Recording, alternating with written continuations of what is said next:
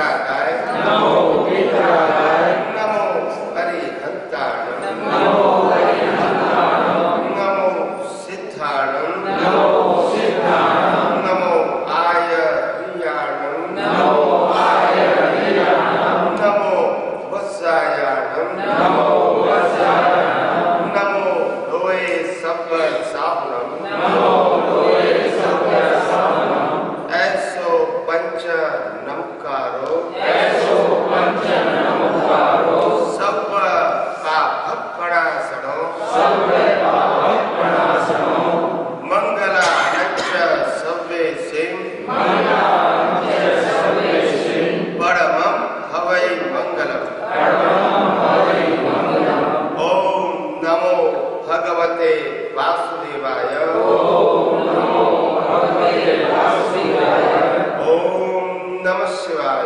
ओम नमः शिवाय जय सच्चिदानंद जय सच्चिदानंद प्रत्यक्ष दादा भगवान की साक्षी में प्रत्यक्ष दाता भगवान की साक्षी में वर्तमाने महाविदय क्षेत्र में विद्यमान वर्तमाने महाविदय क्षेत्र में विद्यमान तीर्थंकर परमात्मा श्री सिमंदर स्वामी को तीर्थंकर परमात्मा श्री सिमंदर स्वामी को अत्यंत भक्ति पूर्वक नमस्कार करता हूँ। अत्यंत भक्ति पूर्वक नमस्कार करता हूँ। वात्सल्य मूर्ति श्री दादा भगवान को वात्सल्य मूर्ति श्री दादा भगवान को अत्यंत भक्ति पूर्वक नमस्कार करता हूँ। अत्यंत भक्ति पूर्वक नमस्कार करता हूँ। 33 कोटि देवी देवताओं को 33 कोटि देवी देवताओं को अत्यंत भक्ति पूर्वक नमस्कार करता हूँ। अत्यंत भक्ति पूर्वक नमस्कार करता हूँ। वितराग शासन देवी देवताओं को वितराग शासन देवी देवताओं को अत्यंत भक्ति पूर्वक नमस्कार करता हूँ। अत्यंत भक्ति पूर्वक नमस्कार करता हूँ। निष्पक्षपाती शासन देवी देवताओं को निष्पक्षपाती शासन देवी देवताओं को अत्यंत भक्ति पूर्वक नमस्कार करता हूँ। अत्यंत भक्ति पूर्वक नमस्कार करता हूँ। इस क्षेत्र के रक्षक देवी देवताओं को इस क्षेत्र के रक्षक देवी देवताओं को अत्यंत भक्ति पूर्वक नमस्कार करता हूँ। अत्यंत भक्ति पूर्वक नमस्कार करता हूँ। समस्त ब्रह्मांड के सभी जीवों के रियल स्वरूप को समस्त ब्रह्मांड के सभी जीवों के रियल स्वरूप को अत्यंत भक्ति पूर्वक नमस्कार करता हूँ। अत्यंत भक्ति पूर्वक नमस्कार करता हूँ। जगत भर के संत पुरुषों का जगत भर के सत्पुरुषों का जगत भर के सत्पुरुषों का योगबल जगत भर के सत्पुरुषों का योगबल और प्रगट ज्ञानी पुरुष दादा भगवान का योगबल और ज्ञानी पुरुष दादा भगवान का योगबल समस्त विश्व का कल्याण करे कल्याण करे कल्याण करे समस्त विश्व का कल्याण करे कल्याण करे कल्याण करे और कल्याण करने का निमित्त बनने की और कल्याण करने का निमित्त बनने की हम सभी महात्माओं को हम सभी महात्माओं को शक्ति प्रदान करे प्रदान करे प्रदान करे शक्ति प्रदान करे प्रदान करे प्रदान करे विश्व के सभी जीव विश्व के सभी जीव सुख और शांति प्राप्त करे सुख और शांति प्राप्त करे विश्व के सभी जीव विश्व के सभी जीव समाधान प्राप्त करे समाधान प्राप्त करे विश्व के सभी जीव विश्व के सभी जीव मुक्ति प्राप्त करे मुक्ति प्राप्त करे जगत कल्याण हो जगत कल्याण हो जगत कल्याण हो जगत कल्याण हो जगत कल्याण हो जगत कल्याण हो निज स्वभाव से सद्गुरु निज स्वभाव से सद्गुरु अगुरु लघु सर्वज्ञ है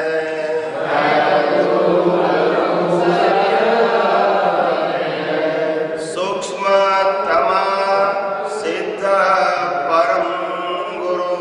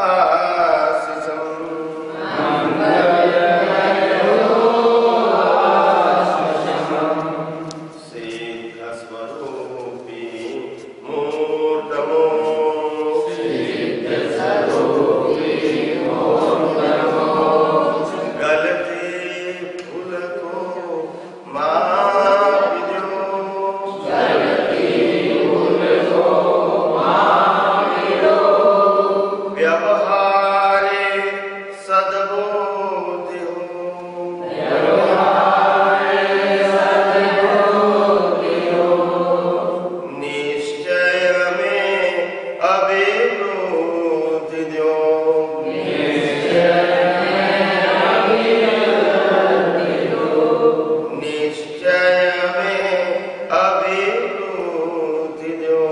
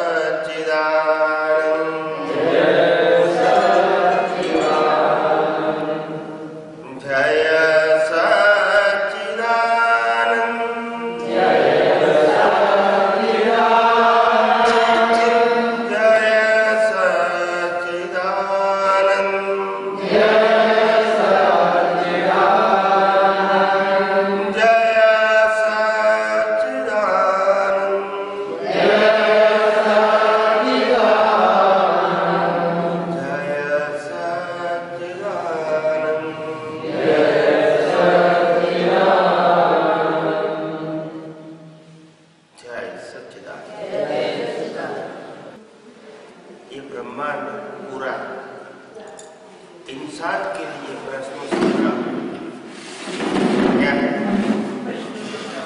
ब्रह्मांड में प्रश्न नहीं है।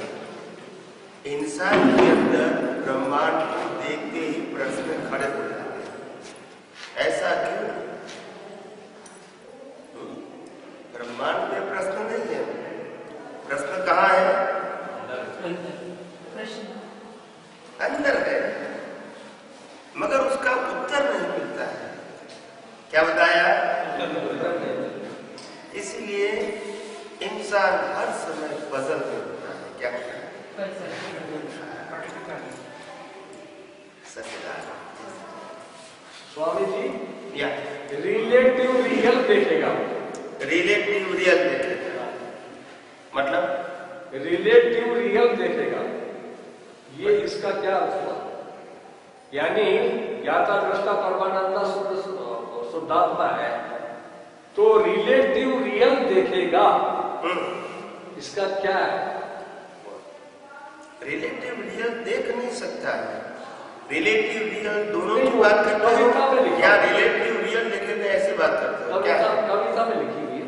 तो इसीलिए मैं कहता हूँ रिलेटिव रियल नहीं दे सकते हैं, मगर रिलेटिव और रियल दोनों को अलग देख सकते हैं। क्या बताया? अलग देख सकते हैं। हाँ, कि ये रिलेटिव है तो ये रियल है। कविता में कोई बात नहीं, इसीलिए मैंने कहा कि आपका जो प्रश्न है तो रिलेटिव रियल नहीं देख सकता है। क्या बताया? रिलेटिव रियल को नहीं देख सकता। नहीं देख सकता नहीं, हाँ। मगर रिलेटिव और रियल दोनों अलग देख सकते हैं। अच्छा, उसको कहते हैं प्रतिष्ठित आत्मा। हाँ ठीक। वो रिलेटिव भी नहीं है, रियल भी नहीं है। रियल भी नहीं है, इसीलिए इसीलिए दोनों को देख सकते हैं। समझे? सब प्रतिष्ठित। तो प्रकृति तो परमात्मा को देखने की क्षमता नहीं है उनके पास। जी, क्या बताया? परमात्मा को देखने की शक्ति नहीं है। नहीं है। प्रकृति विनाशी, हाँ, परमात्मा अविनाशी। प्रकृति रूपी और परमात्मा अरूपी। तो रूपी से अरूपी नहीं दिखता है। हाँ, ये चमड़े की आंखों से कभी भी नहीं है। परमात्मा नहीं दिखता है। इसके लिए दिव्य चक्षु चाहिए। क्या चाहिए? दिव्य चक्षु, जो कृष्ण भगवान ने अर्जुन को दिया था जी, महाभारत के युद्ध में। उसका दूसरा नाम है ज्ञान चक्षु। ज्ञान, क्या बोलते हैं? ज्ञान चक्षु। ज्ञान चक्षु का मतलब होता है सही ज्ञान की दृष्टि पाना। क्या बताया? सही ज्ञान की दृष्टि। इसको कहते हैं ज्ञान चक्षु। वो चक्षु का उपयोग करते ही मालूम होता है कि परमात्मा क्या है और प्रकृति क्या है। दोनों का रोल अलग है, दोनों की क्वालिटी अलग है, दोनों का अस्तित्व अलग है और दोनों का कंट्रोलर अलग है। क्या बताया? दोनों का कंट्रोलर रोल, दोनों का रोल अलग है। यानी प्रकृति का रोल है परिणाम की भुगतान करना। जी, क्या है? परिणाम की भुगतान करना। और परमात्मा का रोल है स्व पर को प्रकाशित करना, स्वपर को प्रकाशित करना, इतना ही रोल है। प्रकृति की क्वालिटीज जो भी है वो सब विनाशी है। अच्छी क्वालिटी या बुरी क्वालिटीज, ये सब क्या है? विनाशी। परमात्मा की सभी क्वालिटीज अविनाशी है। प्रकृति का अस्तित्व टेम्पररी है और परमात्मा का अस्तित्व परमानेंट है। प्रकृति कुदरती कानून से चलती है, परमात्मा स्वभाव से ही स्वतंत्र है। तो दोनों कोई भी लेवल से इक्वल नहीं है। ये जब दृष्टि मिलती है ज्ञानी, अनुभवी ज्ञानी पुरुष के माध्यम से, और यही दृष्टि का उपयोग संसार में जीवन जीते जीते करने का है, इसी को कहते हैं ज्ञान का उपयोग। उसमें शब्द या क्रिया बीच में नहीं आती। वो उपयोग करते करते ही अनुभव पक्का होता है। क्या होता है? अनुभव पक्का होता है। कोई कहे कि बिना उपयोग किए अनुभव पक्का होता है, ये पॉसिबल नहीं है।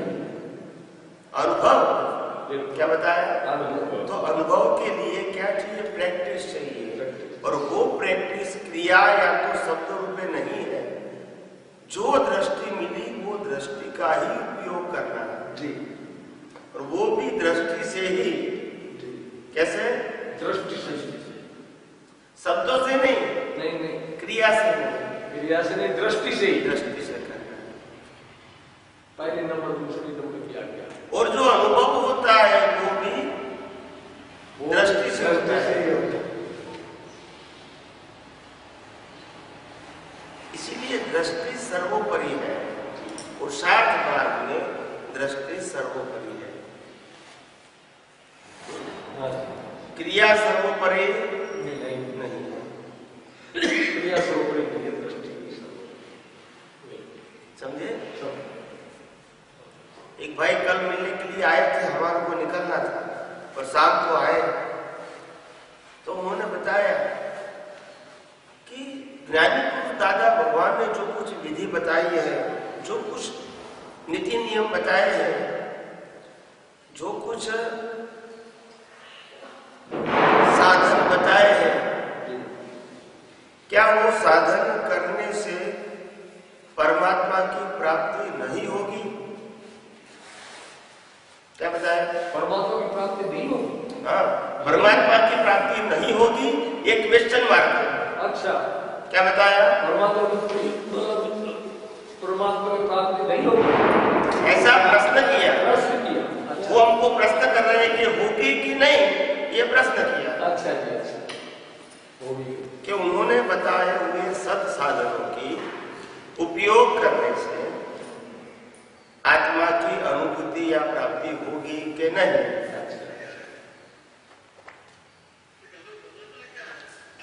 तो मैंने कहा साधनों के माध्यम से साध्य प्राप्त नहीं होता है, मगर साधन सहायक हो सकता है।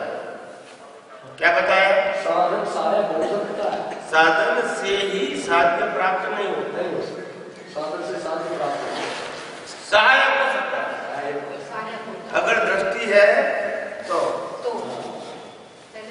बिल्कुल। कोई भी व्यक्ति ऐसा नहीं बोल सकती कि ये करने से आत्मा की प्राप्ति होगी। ऐसा दुनिया में कोई साधन नहीं है, मगर साधन सहायक हो सकते हैं। एक व्यक्ति को ये साधन सहायक हो गया और मुक्ति मिली, दूसरे व्यक्ति को दूसरा साधन सहायक मिला और मुक्ति हो गई। हर एक को अलग अलग साधन का अनुभव करने से अंतिम सत्य प्राप्त होता है, जिसको सनातन सत्य बोलते हैं। मगर ये साधन से ही होगा ऐसा हम बोल सकते हैं? साधन सहायक है। क्या बताएगा? साधन सहायक है, क्योंकि साधन कभी साध्य नहीं बन सकता है, क्योंकि साधन ही विनाशी है। विनाशी से अविनाशी की प्राप्ति नहीं हो सकती, मगर विनाशी साधनों से अविनाशी की ओर आगे बढ़ सकते हैं। जैसे हमको ग्राउंड फ्लोर से 10वें मंजिले पर जाना है, तो लिफ्ट 10वें फ्लोर पे ले जाने के लिए सहायक बन सकती है, मगर लिफ्ट फ्लोर नहीं बन सकती। नहीं समझे? नहीं समझे ना? 10वां मंजिला नहीं बन सकती। साधन है। लिफ्ट 10वें माल पे ले जाने के लिए सहायक बन सकती है, मगर लिफ्ट 10वां मंजिला नहीं बन सकती। नहीं समझे? नहीं समझे? तो साधन का रोल समझ में आ गया? वापस आ जाएंगे। मगर आप कहोगे कि साधन ही साध्य हो जाएगा, वो इम्पॉसिबल है। कोई भी साधन, क्या बताया? कोई भी साधन हो जाए उससे वो सहायक हो सकते हैं।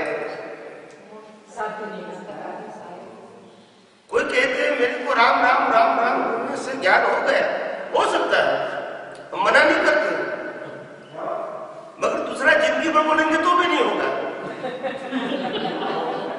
तो ऐसा क्यों? तो साधन का मतलब होता है एक ऐसी चीज जिसमें आपको इंटरेस्ट है, जिसमें आपको लगाव है, वो साधन उपयोग करके आपको दुनिया की विस्मृति हो जाती है, तो आपके लिए वो साधन श्रेष्ठ है। हो सकता है वो साधन से आपकी प्रगति हो सकती है, मगर दूसरे व्यक्ति के लिए वो साधन बताएंगे, अगर उसका कंसंट्रेशन नहीं होता है, उसका इंटरेस्ट नहीं है, तो वो सहायक नहीं बनेगा। समझे? तो साधन गलत या सही की बात ही नहीं है। साधन तो साधन है, सहायक हो सकता है, हाँ, मगर साधन साध्य नहीं बन सकता। साधन नहीं बन सकता किसी को। तो ज्ञानी पुरुष जी साधनी है। साधन ही है, ज्ञानी पुरुष साधन है, तीर्थंकर साधन है, उनकी बताई हुई सभी प्रकार की प्रक्रिया साधन ही है। तीर्थंकर का दर्शन होते ही उसी अवतार में भी नर गति की प्राप्ति हो सकती है। अच्छा? और केवल ज्ञान की भी प्राप्ति, उसमें तीर्थंकर से कोई लेन देन नहीं। क्या बताया? केवल ज्ञान और तीर्थंकर का कोई। दादा भगवान ने खुद के लिए कहा कि मैं ऋषभदेव भगवान यानी प्रथम तीर्थंकर के समय था। क्या बताया?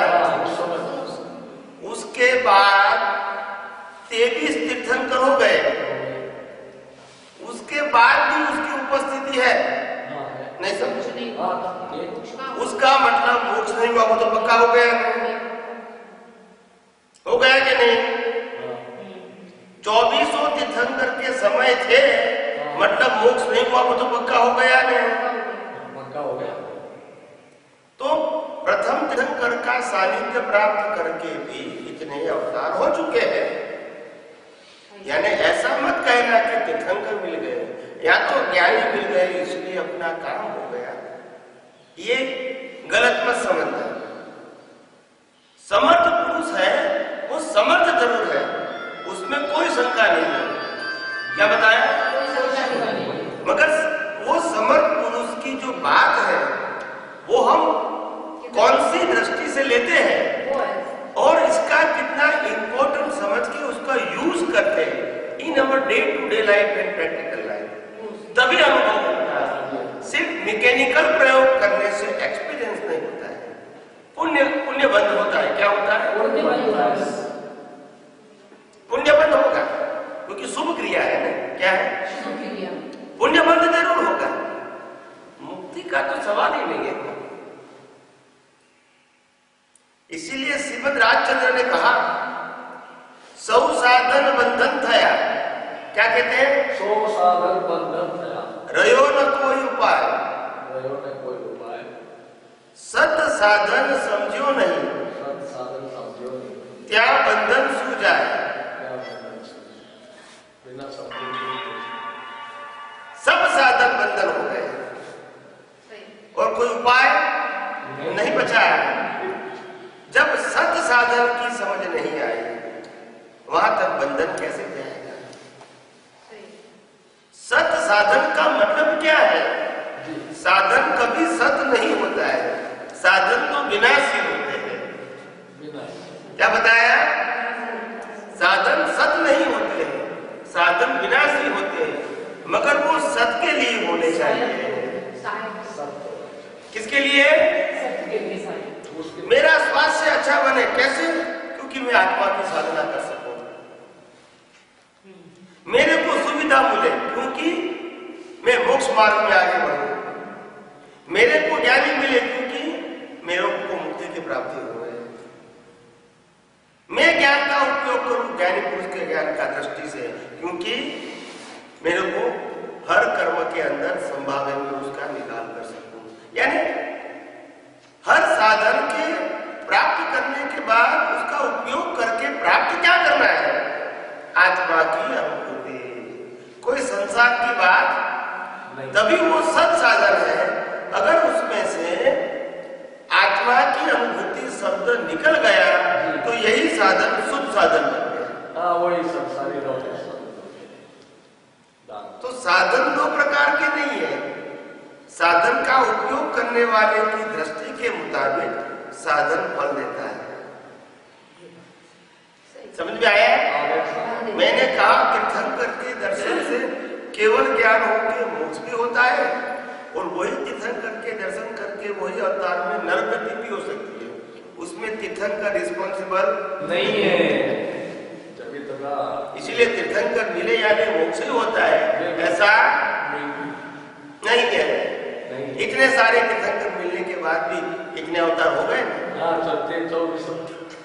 ऐसा सही बात। बिना दृष्टि क्या करोगे? आपके पास दृष्टि होनी चाहिए। मुक्त पुरुषों को समझने की वो दृष्टि नहीं आएगी तो आपके लिए वो शब्द ज्ञान है। क्या है? शब्द ज्ञान हो गया। ज्ञान है मगर शब्द ज्ञान। शब्द ज्ञान का मतलब होता है उससे व्यवहार में बेनिफिट होगा, यानी पुण्य मिलेगा। ऐसा नहीं कि पाप होगा, मुक्ति नहीं होगी। एक भाई का फोन आया था दोपहर को जर्मनी से। उन्होंने प्रश्न किया, स्वामी जी मोक्ष जाने की क्या जरूरत है? क्या बताया? मोक्ष जाने की क्या जरूरत है? वहां क्या है? वहां यहाँ जैसा सुख है? मैंने बोला बिल्कुल नहीं है, 1% नहीं है। तो फिर क्या जाने की जरूरत है? मैंने बोला यहाँ जैसा दुख भी नहीं है 1%। नहीं समझे? क्या बताया? सुख भी नहीं है यहाँ जैसा, और यहाँ जैसा बंधन भी नहीं है, और यहाँ जैसी मुक्ति भी नहीं है। वहां यहाँ जैसा परिवर्तन है ऐसा वहां परिवर्तन नहीं है। यहाँ जैसी प्राप्ति है वैसी भुगतान भी है, वहां प्राप्ति और भुगतान नहीं है। यहाँ जन्म और मरण है, वहां जन्म मरण बहुत डिफरेंस। यहाँ जिम्मेदारी भी है और फर्ज भी है, वहां जिम्मेदारी और फर्ज क्या बताया? दोनों नहीं है वहां। यहाँ हर संजोग जो आता है वो पाप और पुण्य के ऊपर आधारित है। वहां का हर संजोग पाप और पुण्य से मुक्त, क्योंकि वह स्वभाव है। क्या है? या विभाव है। राग द्वेष का मतलब विभाव, विशेष भाव जो अज्ञानता से खड़ा हो गया। इसको पाना है, इसको छोड़ना है, इससे सुख है, इससे दुख है। संसार का मतलब होता है द्वंद्वों से भरा है, और मुक्ति निर्द्वंद है। क्या है? द्वंद्वातीत, वहां द्वंद ही नहीं है, निर्द्वंद। तो उन्होंने क्या क्या परमात्मा की वहां कोई रोल ही नहीं है, परमात्मा का कोई रोल नहीं है वहां। मैंने बोला स्वभाव, क्या बताया? स्वभाव है, उसके आगे कुछ नहीं है वहां, स्वस्वभाव। और प्रकृति का सर्जन होना, प्रकृति का सर्जन होना वो विभाव है। पूरा क्या है? विभाव में सर्जन और विसर्जन दोनों है। जिसको इस जगत में बंधन पसंद है उनके लिए संसार भी अच्छा है। क्या बताया? बंधन संसार ही अच्छा है। वो बंधन सुख रूप में भी हो सकता है और दुख में भी, मगर बंधन है। अज्ञानता में तो जो नहीं समझ होगी वो तो बंधन, उनको पता ही नहीं मुक्ति क्या और बंधन क्या है। वही तो मैं कहता हूँ ना, इसलिए कहता हूँ यहाँ सुख भी बंधन वाला है और दुख भी बंधन वाला है। दोनों पैसे से सुख है और वही पैसा दुखदायी। जान के लिए खतरा भी हो सकता है। नहीं समझे? स्वामी जी, मकान से सलामती है और वही मकान अपने जीवन से खतरा भी हो सकता है। खाने से जीवन चलता है और वही खाना जीवन के लिए खतरा बन सकता है। तो यहाँ द्वंद है। क्या है? तो वहाँ द्वंद। स्वामी जी, जब राम भगवान और कृष्ण भगवान आए तो उन्होंने भी जो जीवन जिया था, उनका जो ज्ञान था वो तो मुक्ति की ओर दृष्टिकोण ही करता था। कृष्ण भगवान का भी मुक्ति की ओर दृष्टिकोण करता था। उनकी पूजा कहाँ से होने लगी? लोग भ्रमित होने लगे। उनकी आरती, अरदास, पूजा, उनकी पूजा उन्होंने नहीं करवाई, उनके फॉलोअर्स ने करवाई। पर कहीं से तो शुरू हुई। जो वास्तविकता थी वो तो हो गई कौन? जो उनकी पूजा उनके फॉलोअर्स ने करवाई। क्या बताया? फॉलोअर्स ने करवाई। क्यों करवाई? क्यों करवाई होगी? वही तो ना, क्यों करवाई? अगर मैं अपने गुरु की प्रशस्ति करूंगा, ठीक है, मैं उसका गुणगान करूंगा, तभी आप लोग उसकी वैल्यू करेंगे, वैल्यू समझेंगे और अपने आप आकर्षित होंगे। क्या बताया? जरूर नहीं है, मगर प्रक्रिया आपने प्रश्न किया ऐसा क्यों हुआ, उसका मैं उत्तर दे रहा हूं। ऐसा करना चाहिए ये मेरा उत्तर नहीं है। क्या बताया? क्यों हुआ उसका उत्तर, ऐसा करना चाहिए ये मेरा उत्तर नहीं है। क्यों हुआ, उसकी उत्पत्ति कैसे हुई, उसका मैं रूप बता रहा हूं। और आज संसार में जितने भी धर्म चलते हैं वो भगवान के नाम से चलते हैं, मगर काम अपना नाम उनका नहीं समझे। मेरे नाम से नहीं चलेगा तो किसके नाम से चलेगा? बस। पर काम तो होता है मेरा, बोले नाम उसका, काम यहाँ आरती करेंगे 1 लाख रुपया आएगा, किसको मिलेगा? उनको मिलेगा कि मेरे को मिलेगा? बोलते नहीं है। 50 नहीं, 1 रुपीज भी नहीं, क्योंकि मूर्ति भी जो होती है ना, ये मूर्ति भी रखते हैं ना,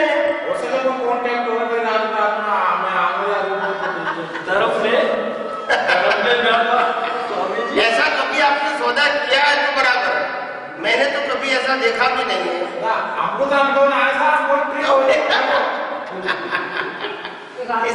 इसीलिए ऐसा स्वामी जी, मैसेज आया भुज के अंदर, आपके गुजरात में कोई बात नहीं, भगवान की, कृष्ण भगवान का मंदिर है, मूर्ति है वहाँ, और उसमें है ना कैमरे लगे होंगे, तो किसी ने रिकॉर्ड किया होगा। तो ऐसे वो बैठे हुए थे से माला वाला डाली है तो उनका एक हाथ वास्तव में 1 सेकंड के लिए हिला, उनकी बॉडी का एक पार्ट हिला। हमारे पास ही मैसेज आया, हमने भी देखा। सब क्या है? साइकोलॉजी, कैमरा साइकोलॉजी कैसे फील करता है? सब कुछ हो सकता है। और वहाँ एक मंदिर ऐसा भी एक मिनट, घड़ी चालू हो जाती है। जैसे गणेश जी दूध पीते हैं कि नहीं? गणेश जी तो दूध वाले में तो वो था संगमरमर है तो वो संभवतः सोख लेती होगी। नहीं, वो नहीं सोखती। सोखती होगी या कुछ ऐसा होगा। ये सब साइकोलॉजी है, या तो दैवी चमत्कार हो सकते हैं, मगर आप लोगों के लिए कोई बेनिफिट नहीं। छोटा सा क्वेश्चन ये बात ठीक है कि हमारे लिए वहाँ कोई चाहे किलो चाहे पूरे कृष्ण जी जाओ, ये सिर्फ श्रद्धा की बात है। श्रद्धा की एक छोटा सा क्वेश्चन। एक दिन कंप्यूटर में हमने एक सीसीटीवी की, जो सीसीटीवी लगे होते हैं ना रोड पे, समझ के तो कलकत्ता में सीसीटीवी लग रहा था, तो उसमें एक फिल्म पकड़ में आई, चौराया है, तो चौराहे के सामने से ट्रक आ रहा है, सामने से ट्रक आ रहा है, ट्रक जी, दूध का ट्रक आ रहा है। इधर से एक रिक्शा वाला आ रहा है, रिक्शा वाला है, सुबह 4:30 बजे करीब, वो उसमें टाइम आई सब आया। जी जी कोई बात नहीं, बराबर। इधर एक रिक्शा वाला और वो ट्रक और रिक्शा वाला टकराने से पहले एक हवा जैसी आकृति आती है, हवा जैसे आकृति आती है, और वो रिक्शा की धक्का दे देती है, उस आदमी को धक्का दे देती है, और फिर वो आगे चलते हैं, वो एक छाया से बनते हैं, आदमी किसी छाया से बनते वो चल निकल जाती है, मतलब छाया ही छाया नहीं, वो तो प्रत्यक्ष दिखते हैं, उसको कई बार रिवाइज करके देखा, फिर वो आदमी उठता है, टकराता हुआ वो रिक्शा से मारता है, फिर वो दूध वालों के आगे जाकर देखेंगे टकरा, बस पैसा बच लो, वह भी वो देख पावे, बस फिर वो खत्म हो जाता है। तो वो क्या सत्य है या कोई काल्पनिक चीज है? थोड़ा सा क्या ऐसा पॉसिबल है क्या? यदि वो सत्य है तो देखो बताओ, जो देवी देवता होते हैं ये ऐसा कर सकते हैं, मगर वो भी कर्मों के बस स्वतंत्र नहीं है। ऐसा हो सकता है, देवी देवता कर सकते हैं, मगर वो कोई बात नहीं, मगर वो स्वतंत्र नहीं है करने के लिए। क्या बताए? ये आप मेरी पूरी बात एक शब्द एक सेंटेंस मत ले जाना बात। मैंने क्या कहा? वो कर सकते हैं और स्वतंत्र नहीं है, ये दोनों वाक्य साथ में बोलने का एक वाक्य बोलोगे तो गलत हो जाएगा। कर सकते हैं लेकिन स्वतंत्र नहीं है, बस इसमें सब कुछ आता है। तुम भी कर सकते हो मगर स्वतंत्र नहीं हो। सही। प्राइम मिनिस्टर भी कर सकते हैं मगर स्वतंत्र नहीं है। आंसर समझ में ना आए तो इसीलिए कर्मों के वश ये हो सकता है, वो निमित्त बन सकते हैं। समझ में आया? बस तो ये एबनॉर्मल बिहेवियर है, तो इंसान नहीं कर सकते हैं, मगर इंसान के ऊपर जो गॉड एंड गॉडेसेस है वो ऐसा कर सकते हैं, उनके लिए शक्य है। इंसान के ऊपर, वो इंसान से ऊपर है। आम आदमी जो नहीं कर सकते वो देवी देवता कर सकते हैं, उनके लिए पॉसिबल है। देवी देवता में आत्मा होती है, तो देवी देवता कहाँ से आ गए? आत्मा तो सभी जीवों के अंदर होती है। देवी देवता है, देवी देवता तो अपने मान रखे हैं ना उनको। आपको हम देवी और वो देवता माने तो आप देवता हो जाओगे कुछ दिनों में। जैसे अभी मैडम ने पूछा ना कृष्ण भगवान की और इसके लिए कि इनकी पूजा और इस तरह से कैसे क्या करते हैं, उनको कैसे भगवान बना दिया, हम भी बनवा सकते हैं किसी को, क्योंकि उनको बोलो ना हम आपके, तो आपको बिठा दें, आप स्वामी हो जाओ। बताओ, देवी देवता अलग चीज होती है और इंसान अलग चीज होती है।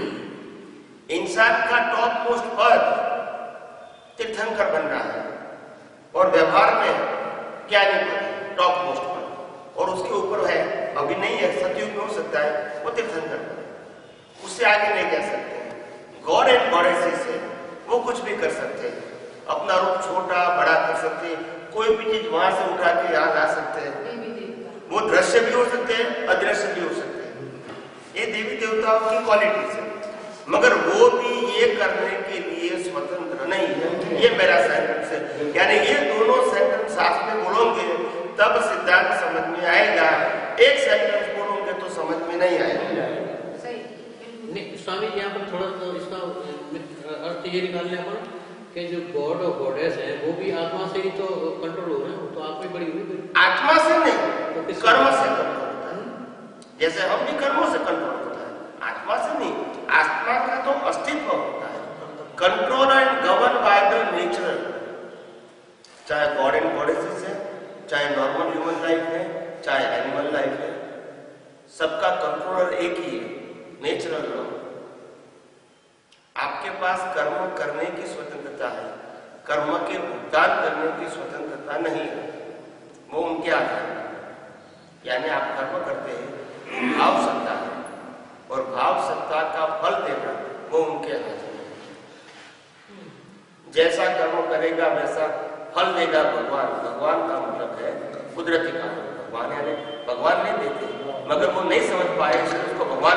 अच्छे कर्म करने की पावर कौन देता है? किसी के पास अच्छे कर्म या बुरे कर्म करने की स्वतंत्र पावर नहीं है। जैसा ज्ञान हो वैसा पुरुषार्थ कर सकते हैं, उल्टा भी हो सकता है। नहीं, ऐसा कर्म के साथ में जाके ये बॉडी उसका भुगतान भुगतती है, वो तो ऊपर वाला दे रहा है। और जो गलत काम करने की जो प्रेरणा कौन दे रहा है? अच्छे काम करने की प्रेरणा, अच्छे काम करने की प्रेरणा कौन दे रहा है? हाँ, वही जैसा जिसका ज्ञान वैसी उसकी प्रेरणा।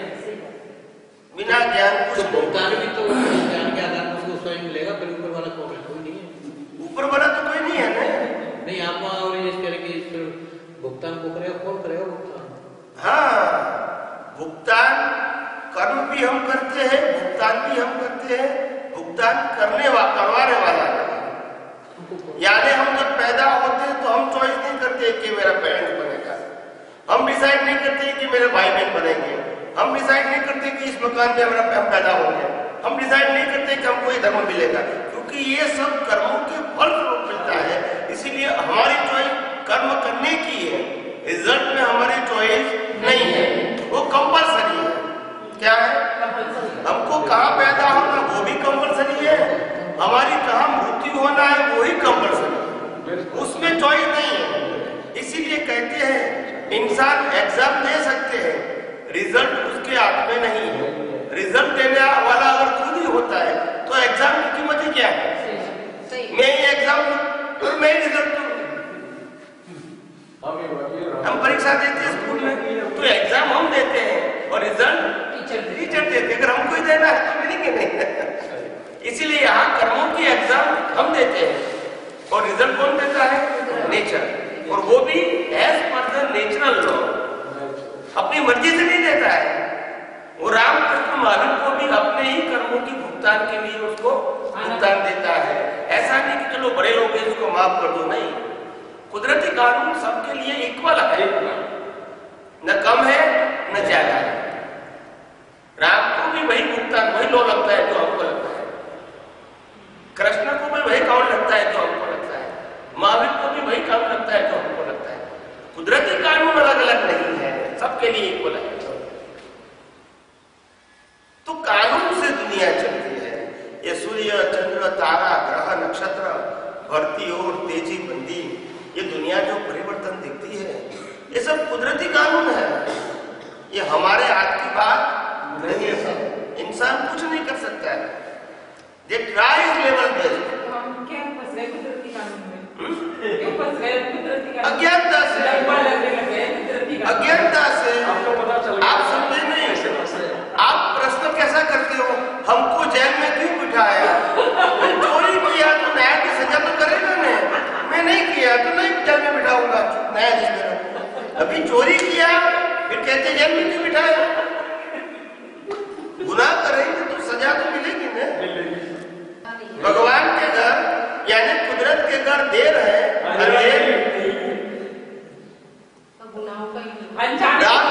राम भी वो सुवर्ण मृग को देख के पीछे दौड़े, सीता मैया की आज्ञा को सुनकर वो उसके पीछे दौड़े, तो वो तो हाथ में नहीं आया और सीता जी भी चले गए ना। तो समझ क्या स्वर्ण के मृग होते हैं क्या? वो तो राम को पूछना चाहिए, मेरे को क्यों पूछते तो राम को पूछना ये किताब में लिखा है ना, राम का तो उनको पूछना चाहिए कि आप क्यों दौड़ते थे। राम की चर्चा स्वामी जी ने कर दी इसलिए पूछ रहे। नहीं, क्या स्वर्ण के मृग होते हैं? स्वर्ण के क्या मृग होते हैं? स्वर्ण तो वैसा पदार्थ है। ये तो काल्पनिक था, काल्पनिक। उन्होंने बताया कि वो रावण थे, बहुरूपी थे, वो बहुरूपी थे, उसके पास विद्या थी, वास्तव में नहीं, वो काल्पनिक कर सकते थे। राम को इतने बेवकूफ थे क्या जो उस चक्कर में आ गए? अभी मैं तो कैसे दौड़े ऐसा मालूम है, और वाइट चली गई वो भी मालूम, अभी बेवकूफ क्यों नहीं वो तो आप बता सकते हैं। इसलिए हाथ में कोई सत्ता है ही नहीं करने की। इतना जरूर मालूम है शास्त्रों के मुताबिक कि वो सीता जी की आज्ञा से सुवर्ण रूप को लेने के लिए दौड़े, वो तो नहीं हाथ में आया और सीता जी चली गई, इतना मालूम है। यहाँ से साबित हो रहे हैं कि वो भी औरत मैया के गुलाम थे और बिना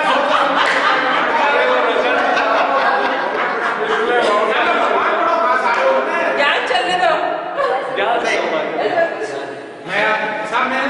ऐसे बातें तो अपन कर लेंगे बाहर। कोई बात नहीं, इन ज्ञानी से पूछो, मैंने मुझसे गलत करेगी। कोई बताओ कोई बात। देखो, एक राजा का राज्य था, बहुत बड़ा स्टेट था उनका, और राजा को ऐसे समझ में आया कि मैं 25 साल से राज कर रहा हूं पूरी प्रजा के ऊपर, इतना मैं बहादुर हूं, कोई भी मेरे ऊपर चढ़ाई नहीं कर सकता है, और अभी तक 50 साल से वो अखंडित राज्य कर रहा है, मगर मैं भी अपनी रानी के पूछे बिना कुछ नहीं कर सकता। फाइनल डिसीजन वो होता है, क्या बताया? मैं सोच सकता हूं, डिसीजन उनके पीछे पूछे बिना नहीं लेता।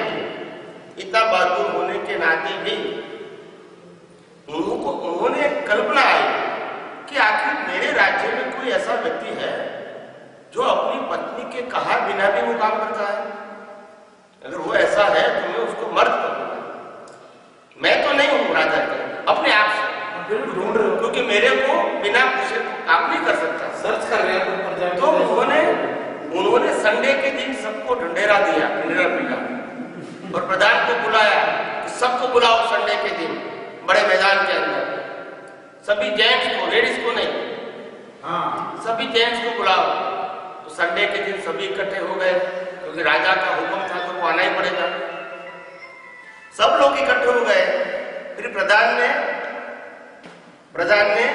वो ऐलान किया, प्रधान ने ऐलान किया कि राजा के कहने के मुताबिक जो लोग अपनी पत्नी का कहा मानते हैं वो राइट साइड पे खड़े हो जाए, और जो लोग अपनी पत्नी का कहा नहीं मानते हैं वो लेफ्ट साइड खड़े हो जाए। तो धीरे धीरे सब राइट साइड चले गए। क्या बताया? सब एक साइड चले गए, राइट साइड चले गए, और एक मर्द लेफ्ट साइड था, एक ही। तो राजा ने बोला इसको तो फिर इनाम देना पड़ेगा। क्या बताया? सभी लोग इस तरफ है, मगर एक तो यहाँ है, मतलब इसको इनाम तो देना पड़ेगा। एब नॉर्मल पर्सन है, क्या नॉर्मल नहीं है, वीर निकले, वीर है? वीर। हाँ, तो फिर राजा ने उसको बुलाया, चलो अंदर आओ। तो उसको राज्य में बुलाया, अपना जहाँ दीवान खंड है वहां बुलाया, और उसको पूछा कि भाई ये आप सभी लोग राइट पे खड़े रहे, आप अकेले लेफ्ट पे खड़े रहे, तो मैं आपकी मर्दानी की प्रशंसा करता हूं, मगर इसके पीछे राज क्या है वो बताओ। मैं आपको कुछ बख्शिश देना चाहता हूं, तो उसके पीछे राज क्या है वो बताओ। तब उन्होंने बताया जब मैं घर से निकला था तब पत्नी ने इतना कहा था, जहां भीड़ है वहां खड़ा नहीं होना।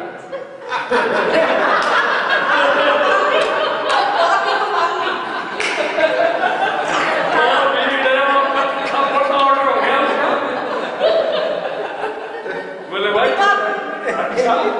अच्छा विद्वान है। तो ऐसा होता है। तो आप कहें तो राम कैसे थे, तो मैं कैसे बता सकता हूँ?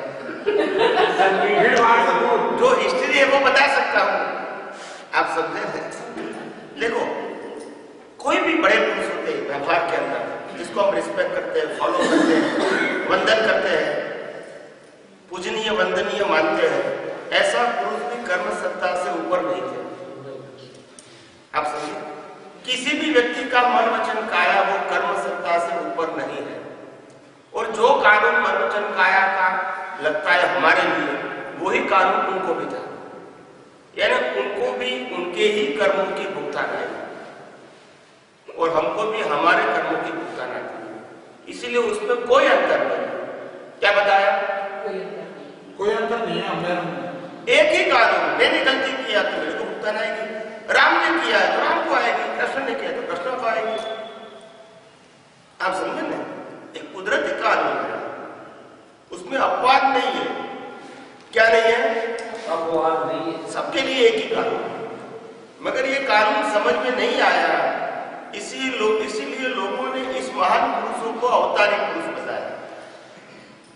हाँ, अपनी समझ से परे बैठे हैं तुम। तो इसीलिए उसको अवतारी पुरुष बताया। क्या बताया? वास्तव में दुनिया में कोई व्यक्ति अवतारी पुरुष नहीं है। हमारे तो समझ में आप भी क्या बताया? कोई भी आप भी हमारे समझ में ना आ रहे सर, आप भी हमारे समझ में ना आ रहे तो आपको उसको तो मान लिया अवतारी पुरुष। नहीं, आम लोगों को समझ में नहीं आया कि इसको क्या कहे, तो उसको बताया कि अवतारी पुरुष। समझे? मगर कोई व्यक्ति अवतारी नहीं होता है, मगर अपने कर्मों से वो वहां महान हो सकते हैं और अपने कर्मों से ही वो खराब भी हो सकते हैं।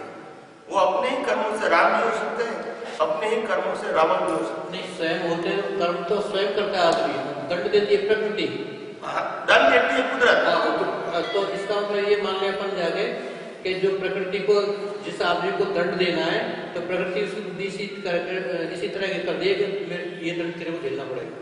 तो सेल्फ डिसीजन नहीं लेता उसको। नहीं, इंसान डिसीजन लेता है तो फिर तकलीफ है ही नहीं, कोई दुखी हो ही नहीं सकता। अगर वही डिसीजन लेने के लिए स्वतंत्र है तो फिर कोई दुखी क्यों होता है? दंड भुगतना ही पड़ेगा ना उसको। तो जो वही तो बताया कि वो कंपल्सरी है, बोलता ऑप्शन ही नहीं है। कृष्ण कितने भी महान है तो भी उसका जन्म जेल में होता है, कर्म फल। और यहाँ छोटा बच्चा भी पैदा होता है तो मैटरनिटी वार्ड में होता है, वो भी उनका कर्म है। आप समझे ना? तो कर्म सत्ता के आगे सब जीव इक्वल है। क्या बताया? There is no status at all. Status हमारे इंसानों के दिमाग में होता है कि उनका स्टेटस ये है, ये है, ये है, इंसानों के दिमाग में। कुदरत के लिए all are the equal creatures, no big no small. जो कर्म किया उसको फल देंगे एज पर द नेचर। उनका स्टेटस क्या है उससे उसको कोई ताल्लुक नहीं। उनके लिए सिर्फ क्रीचर्स है। क्या है? जीव है, चाहे वो आम इंसान है चाहे बड़े से बड़ा इंसान है। जिसको लाखों लोग भगवान की तरह पूजेंगे, ऐसे व्यक्तियों को वो इंसान ही मानते हैं, जीव मानते हैं। क्या मानते हैं? हमारे लिए कैटेगरी होती है, उनके लिए कैटेगरी नहीं। उनके लिए एक ही बात है, कॉज और इफेक्ट। आपने जो कर्म किया उसका इफेक्ट मिलेगा बस। तो ये प्रतिक्रमण से डाइल्यूट नहीं होता है? प्रतिक्रमण से डाइल्यूट नहीं होता, खत्म नहीं होता ये? नहीं होता है। हाँ होता है। दंडी मिल गया तो फिर प्रतिक्रमण। हाँ, प्रतिक्रमण किसका करना है और प्रतिक्रमण से फल क्या मिलता है तो कोई मतलब ही नहीं रहा। नहीं, बताऊं मैं आपको। आप प्रतिक्रमण का फल क्या है, समापना का फल क्या है, कब तक वो इफेक्टिव है, वो समझने की जरूरत है। जैसे एक लड़के ने 3 घंटे की एग्जाम दे दिया। कितने घंटे की? 3 घंटे। वो 3 घंटे की एग्जाम में 2 घंटे या तो 2.5 आवर्स में उन्होंने पेपर लिख दिया। अभी आधा घंटा बाकी है उनके पास। क्या है?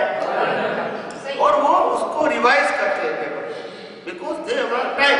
उनके पास समय है तो वो पेपर को रिवाइज करते हैं। मालूम होता है कि ये आंसर जो मैंने लिखा है, ये टेबल जो लिखा है वो गलत है, उसको वहां काट दिया और नीचे सही लिख दिया, तो मार्क मिलेगा कि नहीं मिलेगा? अभी 3 घंटा हो गया, उन्होंने आंसर पेपर टीचर को दे दिया। बाद में घर में आए, घर में आने के बाद वो फ्रेश होने के लिए चाय पी रहा है और क्वेश्चन पेपर सामने पड़ा है, क्वेश्चन पेपर सामने पड़ा है और वो चाय पी रहा है फ्रेश होने के लिए, और चाय पीते पीते उसको मालूम हो गया कि क्वेश्चन नंबर जो 5 है वो मैंने जो लिखा है उत्तर वो गलत है और सही उत्तर ये है, तो मार्क मिलेगा? प्रतिक्रमण का टाइम खत्म। सही। ऐसे यहाँ 3 घंटे की कैपेसिटी है करेक्शन करने की, ऐसे यहाँ 3 अवस्था की है, बचपन, युवानी और बुढ़ापा। आपने बचपन में भी गलती किया है, युवानी में भी किया है या बुढ़ापा में भी किया है, मगर कभी भी कोई भी समय पे आप जहां तक जीवित हो 3 अवस्था के एग्जाम में हो वहां कभी भी करेक्शन कर सकते हैं, मगर once you write it now the paper goes to the nature, now you never correct it, you have to suffer। आपका एग्जाम का टाइम क्या हो गया? खत्म हो गया, अभी रिजल्ट का टाइम शुरू होगा। अभी आप कहोगे मैं कुछ करूंगा तो जंतर मंतर कुछ नहीं होगा, मगर 5 साल की उम्र में गलती किया है और अभी आपकी एज 95 की है तब भी करेक्शन कर सकते हो, बिकॉज आप कुदरत के एग्जाम में हो। किसकी एग्जाम में? कुदरत की। मगर 96 में डेथ हो गया, बाद में आपने जो कुछ भी किया है कर्म, उसका फल में परिवर्तन नहीं होता, नेवर। और उसका भुगतान कंपल्सरी है, तो करेक्शन हो भी सकता है, नहीं हो भी सकता है, मगर लाइन ऑफ डिमार्केशन समझ लेना। बिल्कुल सही। मगर ये नहीं समझोगे तो फिर गलती हो जाएगी। लोग क्या कहते हैं कि भगवान मैंने जो गलती किया है भुगतान कर रहे हैं उसको मेरे को माफ कर दो, तो कैसे करेगा? जब भुगतान कर रहे हैं उसका मतलब रिजल्ट है, रिजल्ट परिवर्तन नहीं होगा। अभी नई एग्जाम क्या देना है उसमें करेक्शन कर सकते हैं, मगर जो एग्जाम दिया है उसका रिजल्ट तो भुगतान करना पड़ेगा। जब गलती प्रतिक्रमण से भारी होती है तो उसका तो ऊपर वाला दंड देगा। प्रतिक्रमण से भारी होती है जो अपराध गलती प्रतिक्रमण खत्म करने वाली है, वही लेगा क्या? देखो 2 प्रकार के कर्म, शास्त्रीय परिभाषा में 2 प्रकार के कर्म होते हैं। एक रिमूवेबल कर्म होते हैं जिसका आप करेक्शन कर सकते हैं, और एक दूसरा है नॉन रिमूवेबल, यानी उसको करेक्शन नहीं कर सकते हैं। शास्त्रीय परिभाषा में उसको सामान्य कर्म बोलते हैं और निकाचित कर्म बोलते हैं। क्या बोलते हैं? निकाचित कर्म के भुगतान कंपल्सरी है, आप जिंदे भी है फिर भी उसको मिटा नहीं सकते। ये वर्ष में मैंने कर्म किए मगर वो निकाचित है तो मैं मिटा नहीं सकता, और बहुत समर्थ हूं तो थोड़ा बहुत लाइट कर सकता हूं, रिमूव नहीं कर सकता हूं। मगर 99% जो कर्म होते हैं इसको हम रिमूव भी कर सकते हैं, लाइट भी कर सकते हैं, रिमूव। मगर 1% कर्म ऐसा है, 1% रिमूव, उससे भी कम बोलेंगे। लाइफ में ऐसे 4-5 प्रकार के लोग 4-5 कर्म हो सकते हैं, सब करते नहीं हो सकते हैं, जिसको आप रिमूव नहीं कर सकते, और बहुत बड़े समर्थ है तो थोड़ा लाइट कर सकते हैं, मगर रिमूव तो नहीं कर सकते। इसको कहते हैं निकाचित कर्म। भगवान महावीर को कान में खिले लगाए, वो निकाचित कर्म। समझे? सैनिक महाराजा को नरगति मिली, कृष्ण भगवान को पहले ने मार दिया ना, देख के कृष्ण भगवान के तीर लगा था जो, वो भी एक कर्म था, मगर वो निकाचित नहीं था। तो निकाचित कर्म का मतलब होता है भारी कर्म होता है, वो आप इसको रिमूव नहीं कर सकते, और बहुत समर्थ होते हैं तभी लाइट हो सकता है, समर्थ नहीं है तो लाइट नहीं होती, लाइट नहीं होता है, आपको एज भी भुगतान। हम टीवी में तो देखते हैं जब वो करते तो हर चीज प्रतिक्रमण से साफ कर देते हैं। वो दूसरे की बात छोड़ अपनी बात करो। हम देखो हमारी बात क्या है, हम सिद्धांत से बात करते हैं। We are not going to criticize anybody else. या और करना भी नहीं है अपने को, बात भी बहुत है। हमको जो सिद्धांत ज्ञान मिलता है, अगर देखो आपको राम का ज्ञान मिलता है तो रावण को याद करने की क्या जरूरत है? मैं एग्जाम्पल देता हूँ, मैं किसी को रावण कहना नहीं चाहता हूँ, आपको कंपेयर करना चाहता हूँ। अगर राम का ज्ञान मिल गया फिर रावण की जरूरत क्या है आपको मिलने की? बिना रावण या तो याद करने की भी क्या जरूरत है? बिना रावण के तो राम याद आएगा ही नहीं। वो स्टोरी की बात छोड़ के मैं नॉर्मल बात कर रहा हूँ। अगर कोई व्यक्ति अपने को समर्थ मिल गया तो भी फॉलो इट, और कोई कमजोर भी है तो उसको क्यों काउंट करेंगे? And what is the reason behind? Go ahead.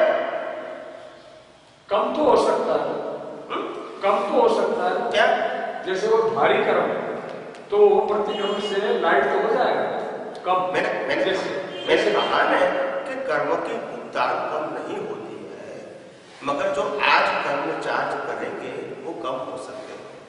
Discharge की बात मैंने डिस्चार्ज नहीं,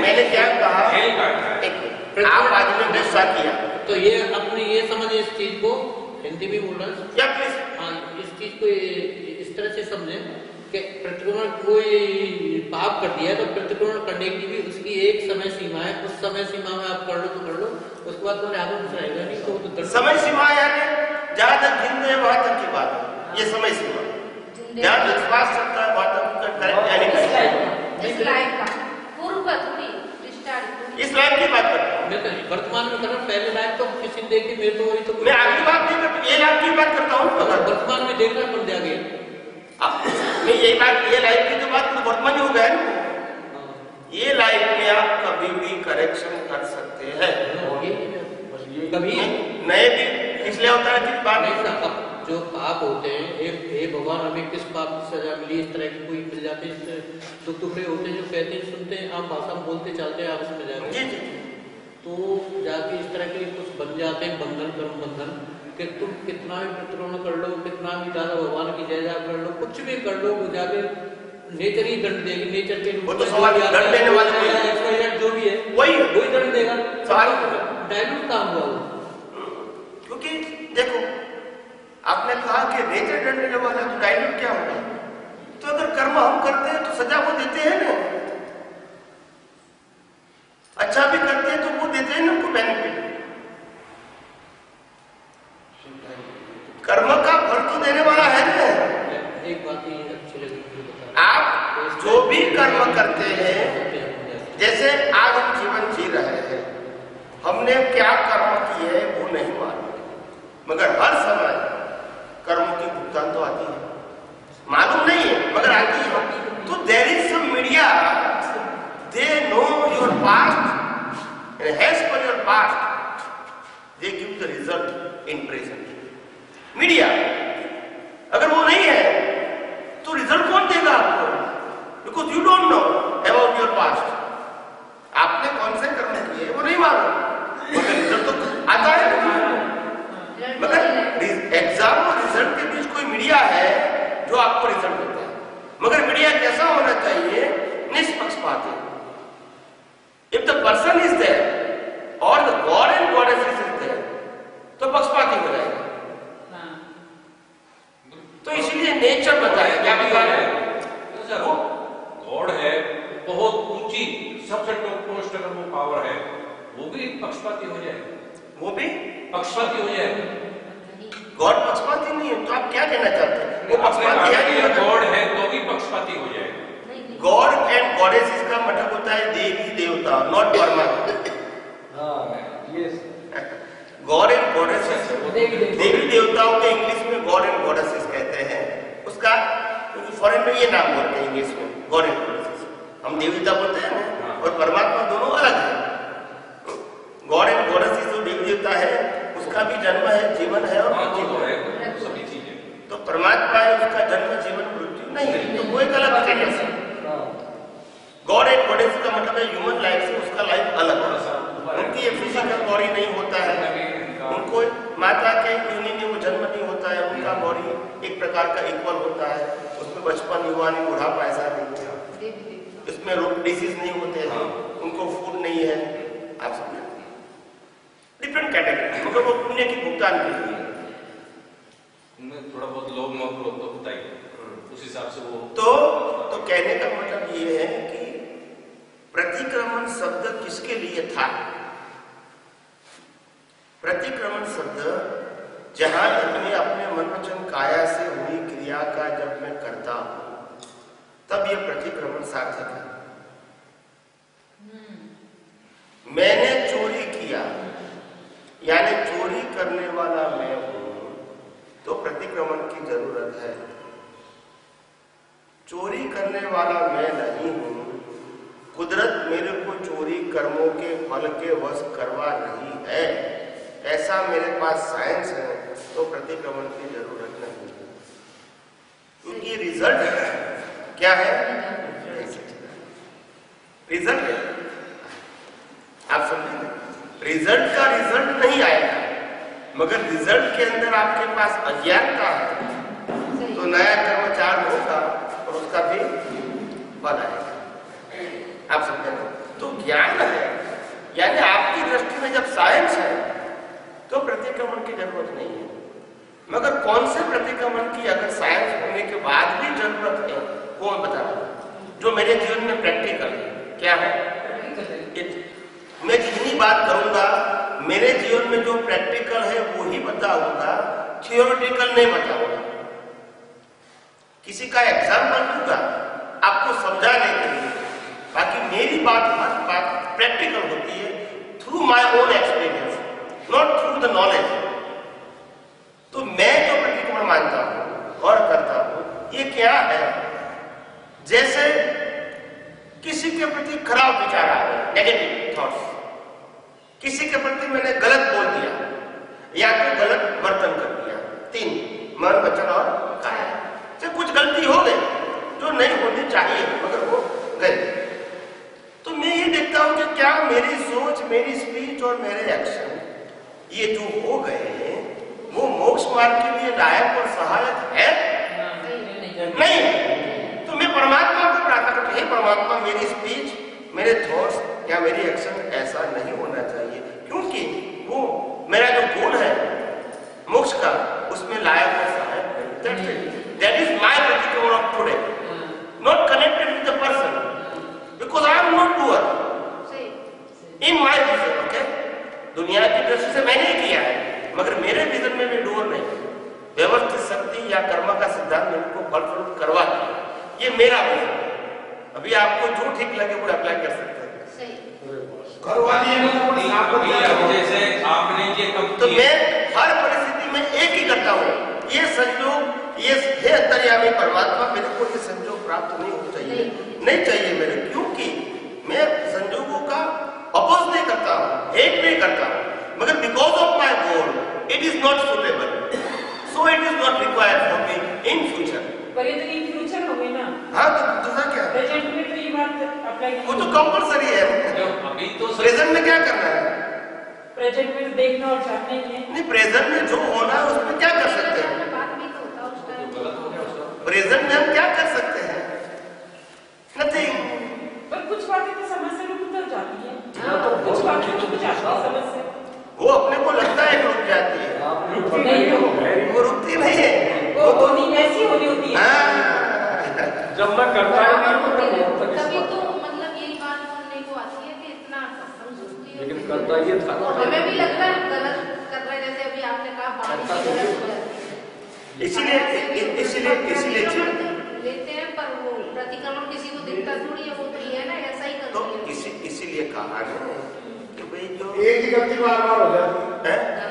एक बार भी हो जाती है, एक ही गलती एक बार भी हो गई या बार-बार भी हो जाती है। गलती का प्रश्न नहीं है, बार-बार भी हो जाती है, फिर भी आज आप ये गलती करने के लिए स्वतंत्र नहीं है, और एक बार भी होती है तो भी स्वतंत्र नहीं है। 10 बार की लोगों की तो बड़ी उड़ जाती है, तुम सत्संग में जाते हो वो तो उड़ जाएगी। तो तुमने इतना गुस्सा कर दिया। वही तो मैं कहता हूँ, स्वामी जब तन्मयकार होते हैं तो अपनी को तन्मयाकार होते हैं तो फिर गलती आपकी है। सुबह स्वामी जी तो उसके लिए तो प्रतिक्रमण की जरूरत है।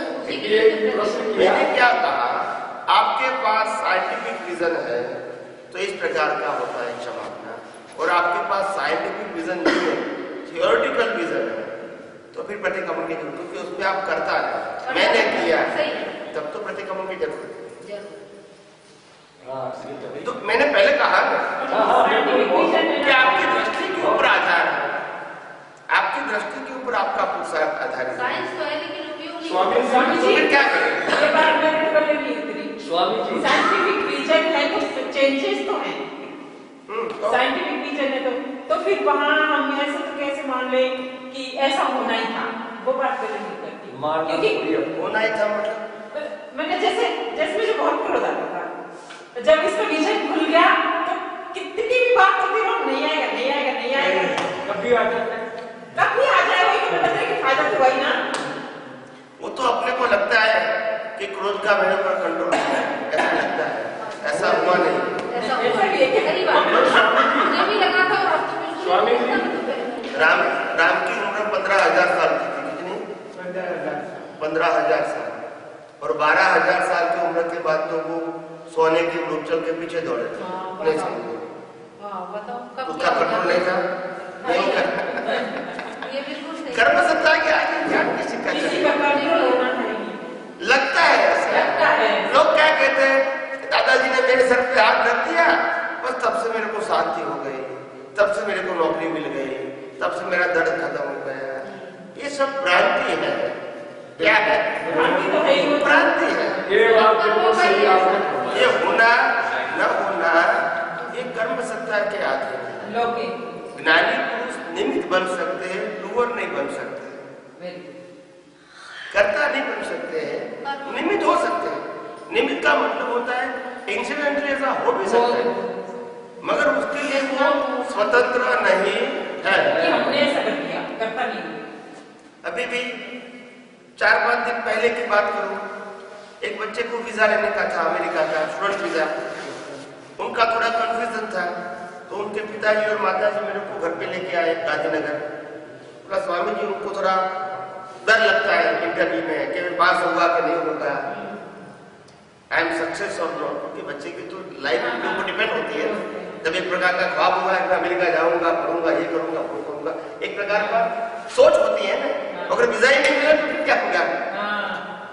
तो वो आए मेरे पास, तो फिर मैंने उसको पूछा क्या करना है आप? बोला वीजा लेने के लिए जाना है और ये साइंस का मेरे को पढ़ना है और पेपर वर्क वगैरह सब कर दिया है, ये मेरे को डेट मिली है इंटरव्यू और वहाँ जाना है, तो आपको क्या होता है? मैंने कहा, तो बोला कि मेरे को डर लगता है कि वो क्या प्रश्न पूछेंगे, मैं क्या उत्तर दूंगा, गलती हो जाएगी या तो वीजा नहीं देंगे, ऐसा ऐसा कुछ होता है कंफ्यूजन।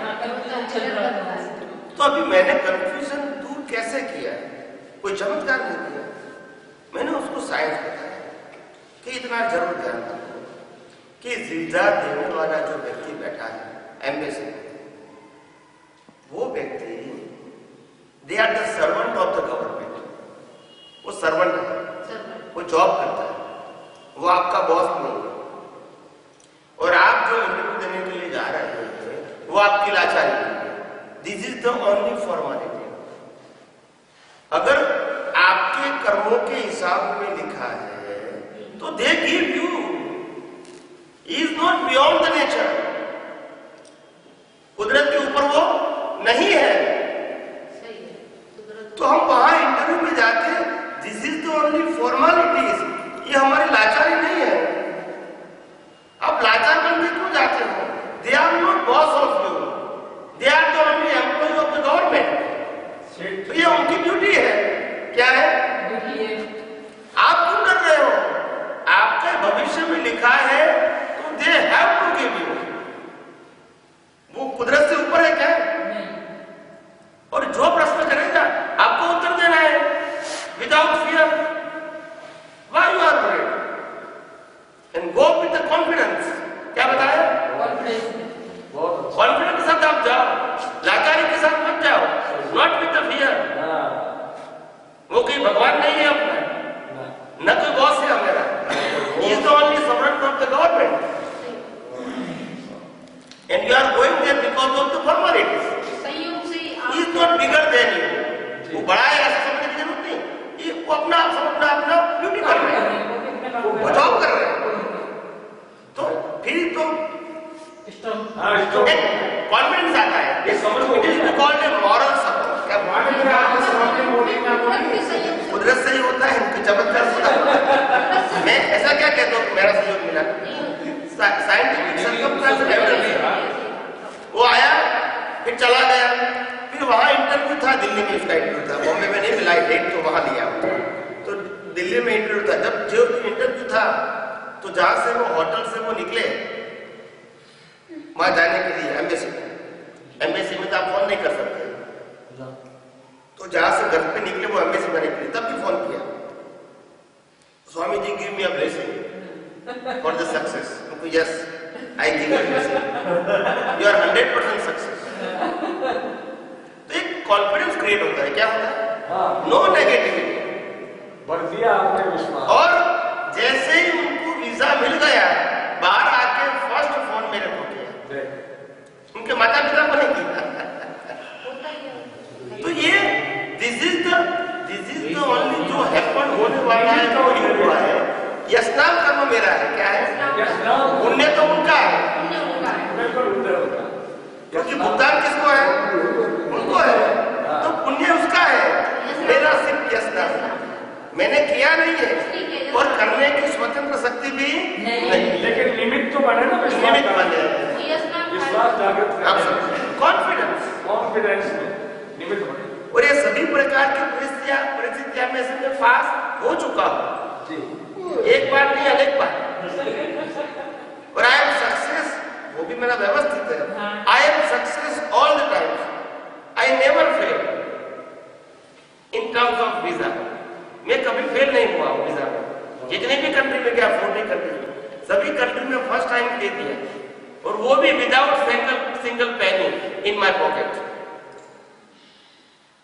मैं कोई भी दिन वीजा लेने के लिए जाता हूँ तो मेरे पास पैसा है, ऐसा नहीं बताता हूँ, है नहीं जी, ऐसा नहीं है। और अनमैरिड क्या बताया, तो दोनों पॉइंट नेगेटिव है। क्या है? अनमैरिड और पैसा नहीं है। हाँ, वे दोनों पॉइंट नेगेटिव है। कोई किसी को पूछ लेना, कोई भी व्यक्ति को पूछ लेना, कंसल्टेंट को, वो बोलता है कि आपके पास पैसा नहीं है तो नहीं मिलेगा, आप अनमैरिड है तो नहीं मिलेगा। विजिटर वीजा, स्टूडेंट वीजा की बात अलग है, विजिटर वीजा नहीं मिलेगा, क्योंकि उसको शंका क्या होती है, वो सेटल हो जाएगा तो, मैरिज कर लेगा तो। आप समझे, दोनों नेगेटिव पॉइंट है। पैसा नहीं है तो वहां जॉब कर लेगा इलीगल, मैरिज नहीं है तो मैरिज कर लेगा। ये दोनों नेगेटिव पॉइंट है, और दोनों नेगेटिव पॉइंट होते हुए भी हर जगह सक्सेसफुल होता है विद माय कॉन्फिडेंस और मेरा कर्म फल। कॉन्फिडेंस से बात करने का फर्क पड़ता है? नहीं, फर्क व्यवस्थित परिवर्तन नहीं होता है, मगर कॉन्फिडेंस का मतलब क्या होता है कि जैसे 1 लाख रुपए का नुकसान 1 महीने के बाद होने वाला है, एग्जाम्पल, मगर आज मेरे को विचार आया कि शायद मैंने 1 लाख रुपया का माल दिया है, वो पैसा नहीं देगा तो वो वापिस हो गया। तो ये सफरिंग कभी शुरू हो गया? जब से चालू हो गया। तो मैं क्या कहता हूँ, अगर 1 लाख रुपये का नुकसान होने वाला है, I accept it, but why today? जब 30 दिन के बाद जब पेमेंट लेने के लिए जाऊंगा और वो हाथ दर्द करेगा, then I accept it, but why today? I am suffering before 30 days. It is my negative thought. It is my weakness of my vision. ये मेरे दृष्टि की वीकनेस है। जब सफरिंग आएगा तब तो एक्सेप्ट करना ही है, उसमें मैं नहीं करूंगा कि भाई ऐसा क्यों हुआ, नहीं, आई एक्सेप्ट, मैंने कर होता, मगर बिना फल में क्यों? इसलिए मैं सत्संग में बार बार कहता हूँ, अज्ञानी जो होता है वो कर्मों की भुगतान कितनी बार करता है? सुनिए, अज्ञानी होता है एक ही प्रकार के कर्मों के भुगतान कितनी बार करता है? वो मैंने एग्जांपल दिया है सत्संग में कि 2 व्यक्ति का एक्सीडेंट हो गया और मैंने देखा, और मैं भी ड्राइविंग कर रहा हूं, जैसे देखा तुरंत सोच आया मेरा भी एक्सीडेंट हो जाएगा तो तब से सफरिंग चालू हुआ नहीं है, चालू हो गया। ऐसी सफरिंग तो अक्सर आ ही जाती है। तो पहली सफरिंग विदाउट एक्शन नहीं है, सिर्फ देखने से, साइकोलॉजी। दूसरा सफरिंग कब आएगा? जब कोई कहेगा देखा नहीं है, न्यूज़पेपर में देखा आजकल दिल्ली में बहुत एक्सीडेंट होता है, अभी जब भी बाहर निकलूंगा दिल्ली में रहता हूँ, कार लेके निकलूंगा, साइकोलॉजी। अभी देखा नहीं है, सुना है, क्या पढ़ा है? तीसरा सफरिंग कब होगा? जब एक्सीडेंट होगा तब। चौथा सफरिंग कब होगा? सफरिंग आने के बाद, जब सफरिंग खत्म होने के बाद जब याद आएगा तब।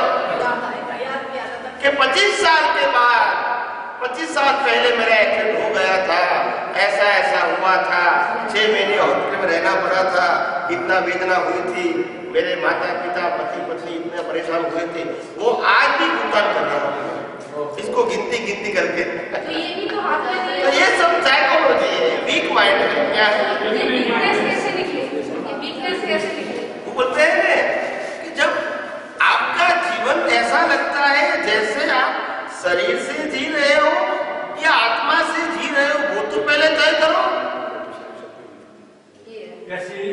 मेरा जन्म से मृत्यु तक का जीवन बिना हाजिरी, बिना प्रेजेंस ऑफ सोल पॉसिबल है?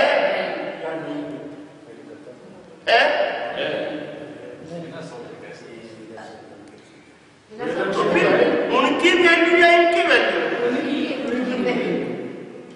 कल मेरा क्या होगा? तो क्या होने वाला है? जो होने वाला है वो क्या होने वाला है, और उसका control and govern by the nature. उसमें मेरे को डरने की क्या जरूरत है? मैं अगर शुद्धात्मा हूँ, ऐसा लक्ष्य बैठ गया है, तो साइकोलॉजी की क्या जरूरत है? सफरिंग जो आएगा वो तो स्वीकार करना ही है। मैं मना क्या करता हूँ?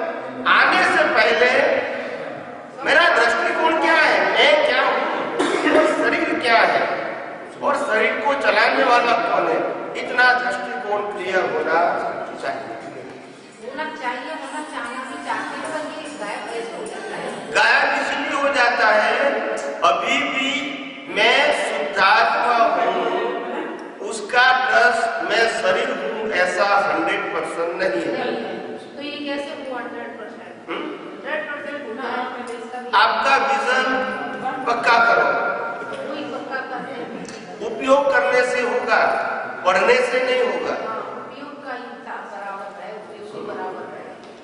जितना आप दृष्टि से उपयोग करोगे, ये मन वचन काया जब भी बिहेव करता है उसका उपयोग करो। ये सोचो, ये विचार आए, मन का मन का स्वभाव है, और मैं मन से सर्वथा मुक्त ऐसा शुद्धात्मा हूं। ये भाषा बोलते हैं, कौन बोलता है? ये प्रकृति का स्वभाव से मैं उससे सर्वथा मुक्त ऐसा। ये ऐसे एक्शन किया, वो कौन कर रहे हैं? वो प्रकृति कर रही है, उनसे सर्वथा मुक्त ऐसा बोलने की जरूरत नहीं है, आपको समझाने की बोल रहा हूं। ये उपयोग है ज्ञान का, तभी तो पक्का होगा। जैसे कोई किताब पढ़ी, न्यूज़पेपर पढ़ा, ऐसा करके साइकिल वाला और ट्रक वाला का एक्सीडेंट हो गया, और ट्रक वाले ने साइकिल वाले को मार दिया। तुरंत दृष्टि आ गई, ट्रक वाला बोले गाड़ियां नहीं दो।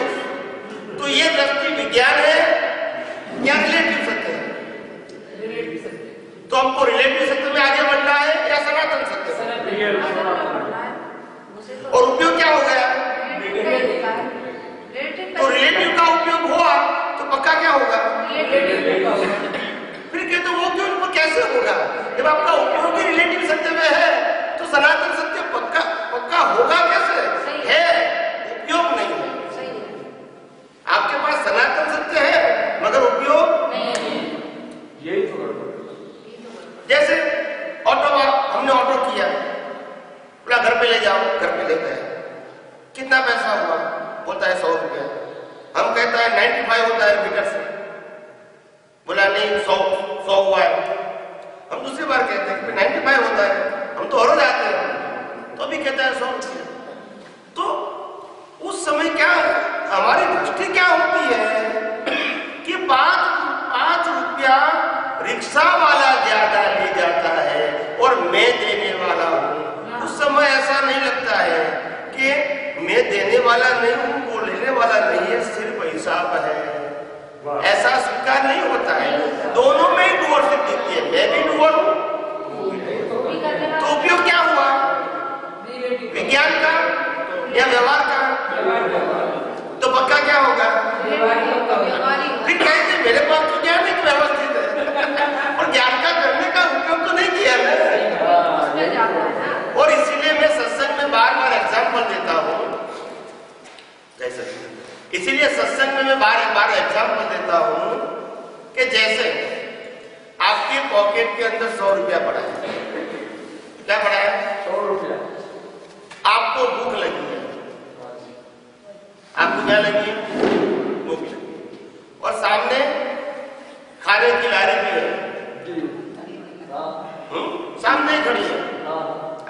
लगी है, खाने की चीज की लारी सामने खड़ी है और आपके पास पैसा भी है, तो भूख लगी है और खाने की चीज भी है, मगर पैसे का उपयोग नहीं करो तो क्या होगा? और आपके को पैसा तो है, बोलते नहीं है, फिर क्यों भूखे? उपयोग नहीं कर रहे ना, अपन है तो सही ना, वही तो गड़बड़ है। कोई तो गड़बड़ है ना, ज्ञान है मेरे पास, नहीं बोल रहे, अभी नहीं बोलते, अभी ज्ञान तो है मेरे पास, क्या नहीं है? उपयोग नहीं करते, उपयोग नहीं करते। बार बार यही प्रश्न पूछेगी, अभी तो उपयोग करना है।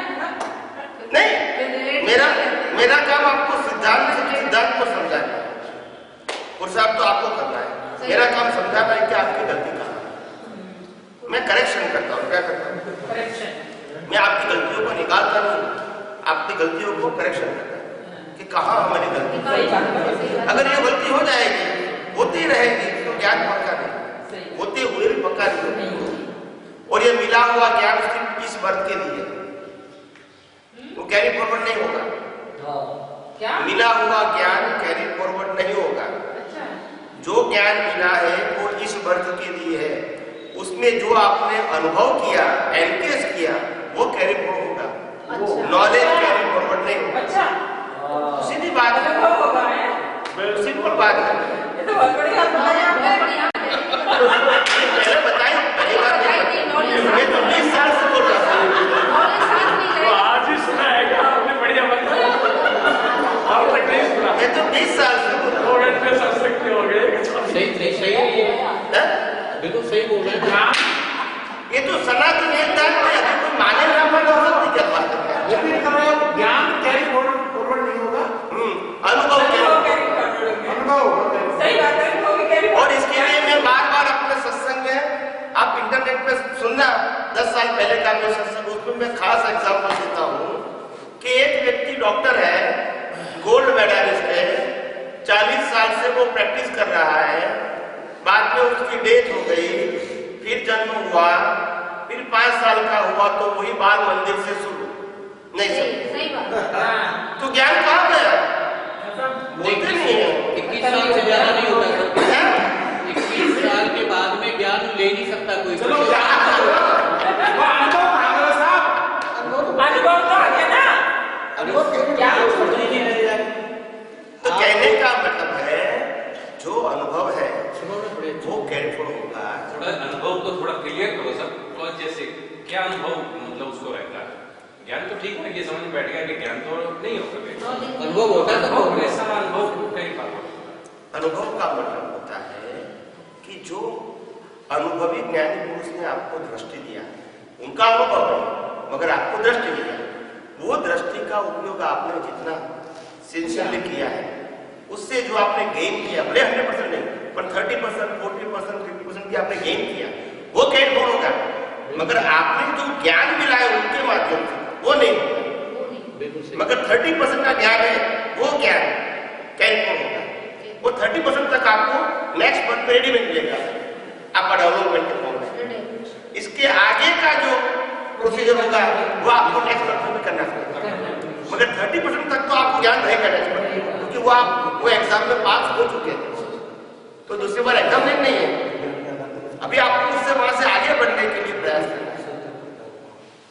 ये इतना बड़ा साइंस है, ये इतना समझ में आएगा तभी मालूम। ये साइंस ये थियरी नहीं है, सही बात है। अनुभव में करना ना करना सब्जेक्ट बेकार है।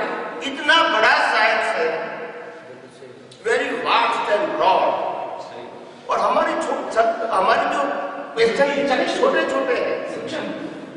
कई लोग मैडम कहते हैं कि स्वामी जी ये इतने सारे टेढ़े मेढ़े प्रश्न करते हैं, आप तुरंत उत्तर कैसे देते हैं?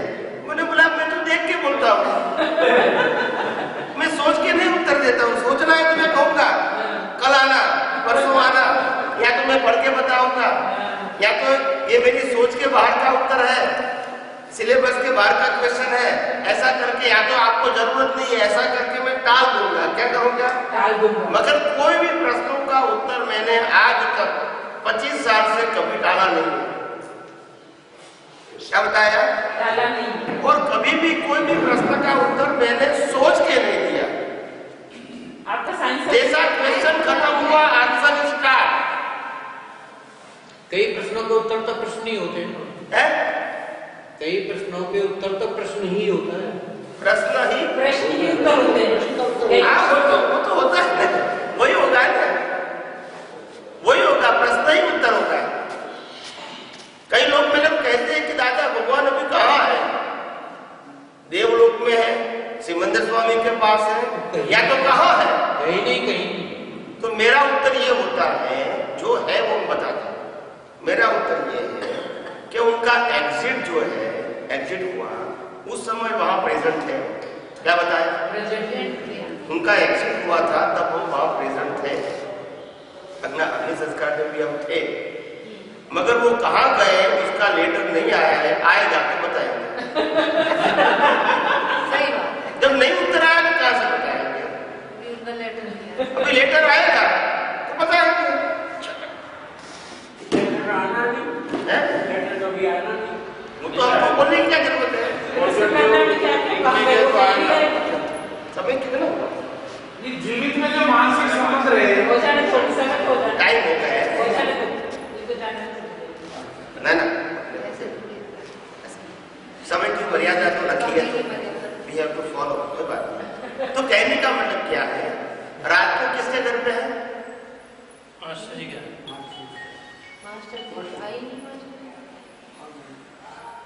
मास्टर जी के उनके घर पे है, उनके घर पे खाना खाना है तो उनके घर पे,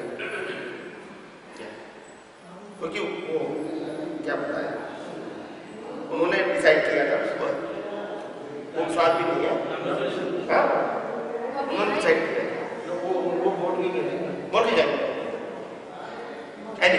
तो कहने का मतलब ये है, जितना साइंस समझ में आएगा इतना ही मुक्ति का मार्ग आपके लिए सरल होगा और अनुभव गम्य होगा, और जितना ही विज्ञान समझ में नहीं आएगा इतना ही आपके लिए मुक्ति का मार्ग डिफिकल्ट होगा और बिन अनुभवी होगा। क्या होगा? बिना अनुभवी होगा, बस इसलिए डिफिकल्ट है, और जीवन भी बोझा जैसे हो जाता है। तो लगेगा ही। जब तक इसकी साइंस का पूरा थ्योरी क्लियर नहीं होती तब तक वहाँ भी लाइफ भी बोझ जैसा लगेगा। इसलिए हम क्या कहते हैं, विज्ञान का मतलब होता है सनातन सिद्धांत, नेचुरल लॉ। ये किसी ने बनाया नहीं है, न राम ने बनाया, न कृष्ण ने बनाया, न महावीर ने बनाया, न दादा भगवान ने बनाया। ये नेचुरल लॉ किसी ने बनाया नहीं है, ये तो परमानेंट लॉ है। इनको रियलाइज करने से दुनिया का what is the fact of the universe वो समझ में आता है, और जब फैक्ट समझ में आता है तो अपने आप इस दुनिया के अंदर का जो इंटरेस्ट है वो खत्म हो जाता है। क्वारी के अंदर से गोल्ड निकलना, और गोल्ड निकलने के बाद उसकी वो लकड़ी बनाते हैं, वो लकड़ी हमारे घर पे आना, और घर पे आने के बाद किसी को बेचना, और बेचने के बाद वो दूसरों को बेचेंगे।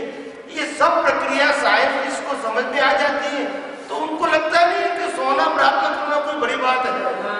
This is not the interest of my life, it is a but natural process. Value तो हमने बनाया सोने की, पत्थर की कम बनाया, सोने की ज्यादा बनाया, है तो कुदरत की कमाल। वैल्यू करने वाले हम हैं,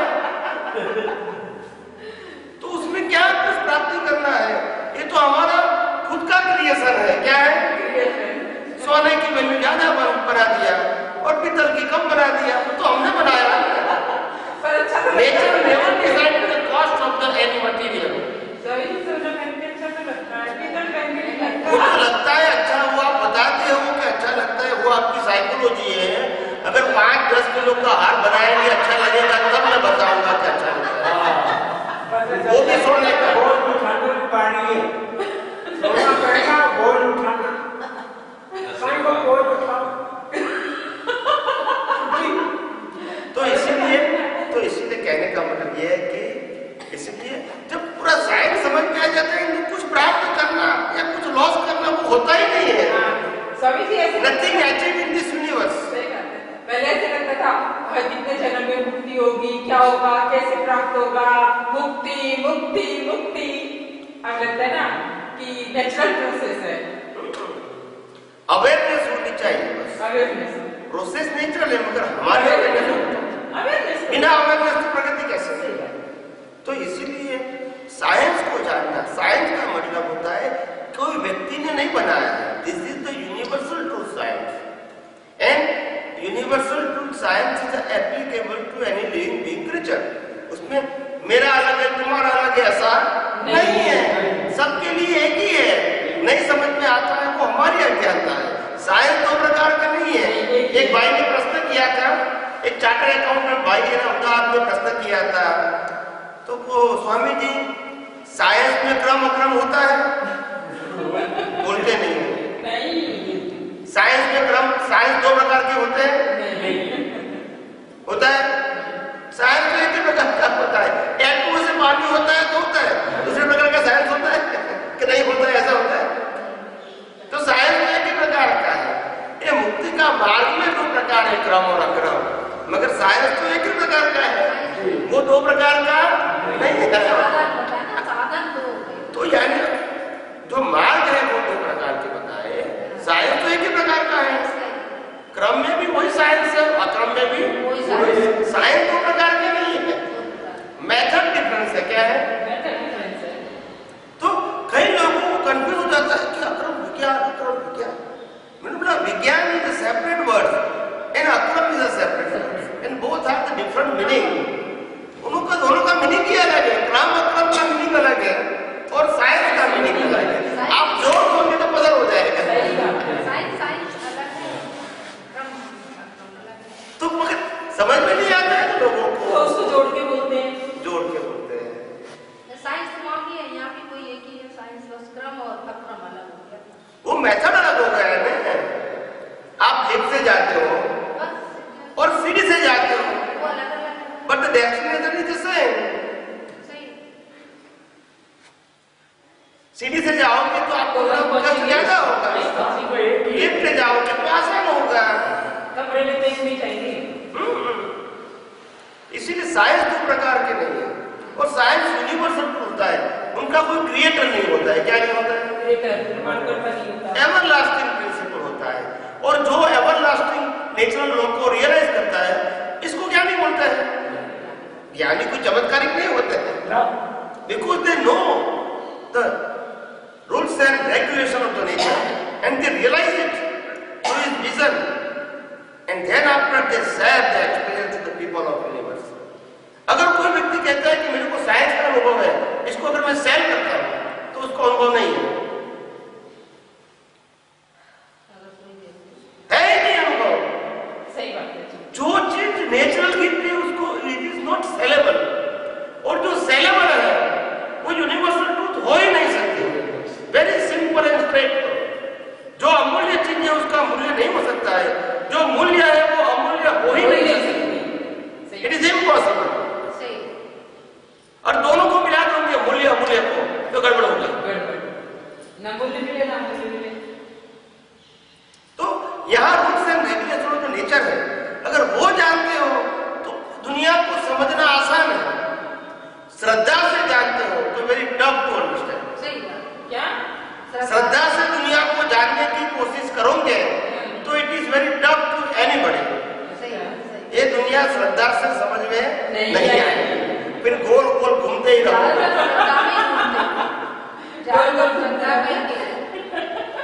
ये कहे कि ये धर्म वाले ये कहते हैं, ये धर्म वाले ये कहते हैं, सब अलग अलग कहेंगे, मगर once you have a universal truth तो आपको और कोई बात नहीं, गलत या सही कहने का सवाल है ही नहीं। Once you know the universal truth you realise it, that's it and go ahead. दुनिया क्या की तो चलती रहेगी। राम गए मोक्ष में तो भी चलती रही, महावीर गए तो भी चलती रही, उन्होंने जान लिया मोक्ष में चले गए, हम नहीं जाने गोल गोल घूमते रहते हैं। तो ये हमारी गलती, उनकी नहीं है। दुनिया तो है, उसमें तो वैरायटीज रहेगी। क्या बताया? दुनिया में तो वैरायटीज नहीं होगी, दुनिया चलेगी कैसे? अगर ये आदमी तो है एक ही प्रकार के डिब्बे जैसे होंगे तो क्या होगा? There is no value of the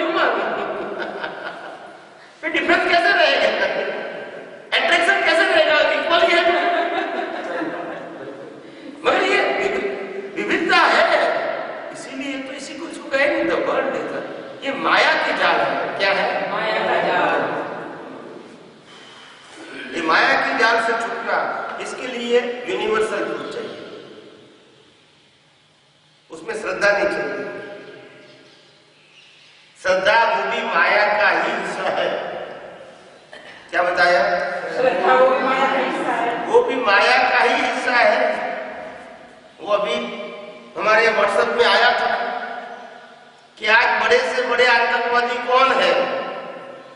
वो गन लेके आता है, वो तो बात दूर है, आपके सामने बोलता है कि मैं गन रखकर बोलता हूँ कि जो है वो दे दो, मगर वो धर्मगुरु ऐसे वो गन नहीं रखते, वो भगवान बता के पैसा निकालते हैं। तो बड़े आतंकवादी तो वो है। आप समझे? वही दिखा के अगर आपने ऐसा नहीं किया तो तेरे बच्चे की मौत हो जाएगी। ये आदमी क्या करेगा? अभी बच्चा पैदा हुआ है, अभी पैदा हुआ है, 1 महीना 2 महीना 3 महीना हुआ है, और जैसे ही आप ले रहे हैं उनके पास, गुरुजी के पास या ज्योतिष के पास, उनको ये ग्रह है, उनको मंगल है, शनि है, ये है, वो है, और आपको इतना मंत्र जाप करना पड़ेगा। चक्कर में डाल दिया। क्या किया? चक्कर में डाल दिया, घूमते रहो बस। क्या करोगे? तो ये सबसे बड़े आतंकवादी है। क्या है? आतंकवादी भगवान के नाम पे गन चलाते हैं, पैसा देते हैं भगवान के नाम पे। आप समझे? तो किसी को अच्छे काम के लिए पैसा देना वो एक अलग बात है, और किसी को पैसा निकालने के लिए ऐसा प्रोपेगेंडा करना वो अलग बात है। मगर वो कहते हैं ना कि कुदरत के अगर देर है मगर अंधेर नहीं है। सबका रिजल्ट कौन देगा? Nature will punish. वो रामकृष्ण माइंड को भी बाईपास नहीं करेंगे। They have to suffer। इसीलिए ये तो ज्ञान इसके लिए है कि हमारे में ऐसी कमजोरी नहीं होनी चाहिए। as far as possible। अगर है तो इसको सपोर्ट मत करो, सपोर्ट मत करो। बस अभी 2 मिनट है, प्रार्थना करो। हे अंतर्यामी परमात्मा, हे अंतर्यामी परमात्मा, आप हरेक जीव के अंदर विराजमान है, हर एक जीव के अंदर विराजमान है, वैसे मुझ में भी विराजमान है। वैसे मुझ में विराजमान है। आपका स्वरूप वही मेरा स्वरूप है, वही मेरा स्वरूप है। मेरा स्वरूप शुद्ध आत्मा है। हे शुद्ध आत्मा भगवान, मैं आपको अभेद भाव से अत्यंत भक्ति पूर्वक नमस्कार करता हूँ। अज्ञानता के वश मैंने जो जो दोष किए हैं वो सभी दोषों को आपके समक्ष जाहिर करता हूँ। उनके लिए हृदय से क्षमा याचना चाहता हूँ। हे प्रभु, मुझे क्षमा करें, क्षमा करें, क्षमा करें, और बार बार ऐसी गलतियां न करो। ऐसा दृढ़ निर्णय निश्चय करता हूँ। आप मुझे शक्ति प्रदान करें। हे शुद्धात्मा भगवान, आप ऐसी कृपा करें कि हम में से भेदभाव निकल